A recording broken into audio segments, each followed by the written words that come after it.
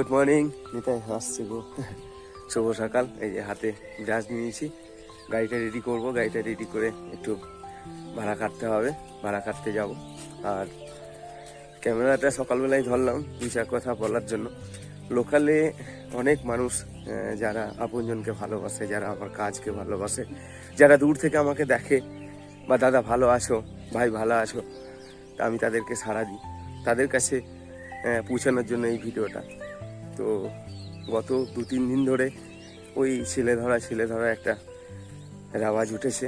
তো কালকেও একটা জায়গা থেকে ফোন এসেছিল, তোমার ছেলে নাকি নিয়ে পালাচ্ছিল, একটা বয়স্ক মানুষ ধরা পড়েছে।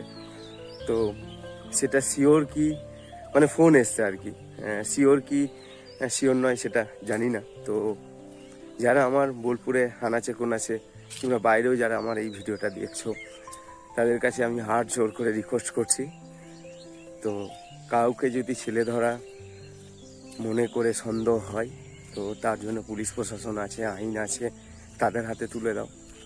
তো ওই গণপিটুনি দিও না। হয়তো খাবারের জন্য আমার অসহায় মা, অসহায় বাবা তোমার দুয়ার গোড়ায় এসছে, একটা ছেলেকে দেখেছে, দেখে মাথায় হাত বুলিয়েছে, তো সেটার জন্য ছেলে ধরা বা অন্য কোনো কিছু, অন্য মতলব এসছে, চুরি করার জন্য এসছে, এইগুলো যাচাই না করে অন্তত কেউ গায়ে হাত দিও না।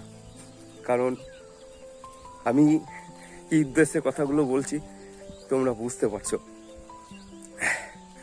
তো আমার কাছে মানে আমার একটাই বিনতি, রিকোয়েস্ট, যদি গরিব মানুষকে ভালোবেসে থাকো, যদি অসহায় মানুষকে ভালোবেসে থাকো, তো প্লিজ এই কাজটা করো না।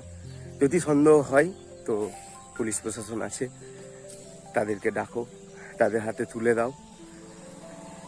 কারণ যখন দূর থেকে শুনতে পাই যে একটা মানুষকে ওখানে মারা হচ্ছে, সে তো নাও হতে পারে না। তো ভাই আমার কালকে খুব কষ্ট লেগেছে যখন এই খবরটা আমার কাছে এসছে। তো যাই হোক, এটা খুব খারাপ। তো চলো এখন দোকান নেবো, এই যে পাড়ার দোকান, তারপরে চা খাবো, দিয়ে বেরোবো।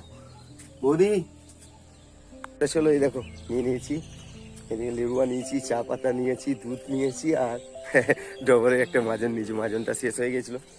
তো যাই হোক, সামনে আপনজনে অনেক বড় কাজ রয়েছে, দিদিভাই দায়িত্ব দিয়েছে আমাকে দূর থেকে।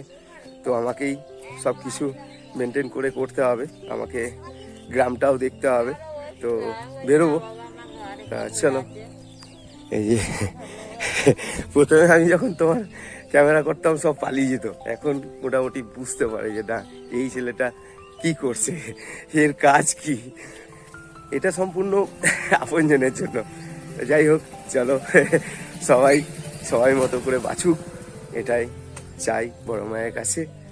তো আমি ওই যে প্রথমে যেটা বললাম যে কাউকে সন্দেহ করে ওই যে মারধর, এটা ঠিক না।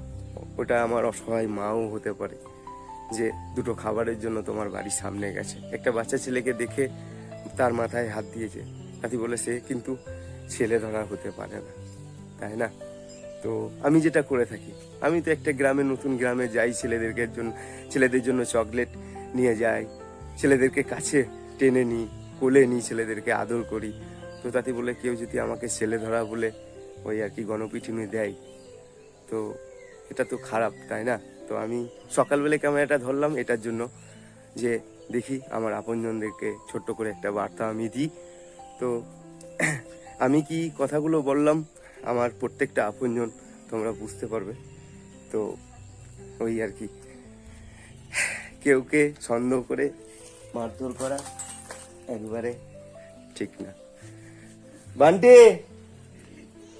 চা এনে দিয়েছি, তুমি ছাই দিয়ে বেরো, দান মাজো। ঠিক আছে, মাজন এনে দিয়েছে, মাজনটা শেষ হয়ে গেছে, ছাই মানে ঘুটের ছাই দিয়ে দাঁত মাজা হচ্ছে। তো যাই হোক, এই যে গাড়ি দাঁড়িয়ে আছে, আমি বেরোবো।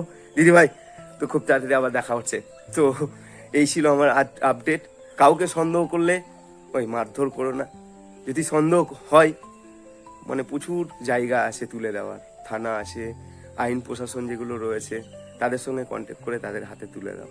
তারা সঠিক জায়গায় চলে যাবে। হয়তো মাথা যদি খারাপ হয় তারা ডক্টর দেখাতে পারবে না, হসপিটালে পুলিশ নিয়ে যেতে পারবে, কিংবা কোনো আশ্রমে দরকার, হ্যাঁ স্থায়ী জায়গা নেই, হয়তো পুলিশ তাদেরকে ওই আশ্রমে নিয়ে যাবে। তো এটাই করো।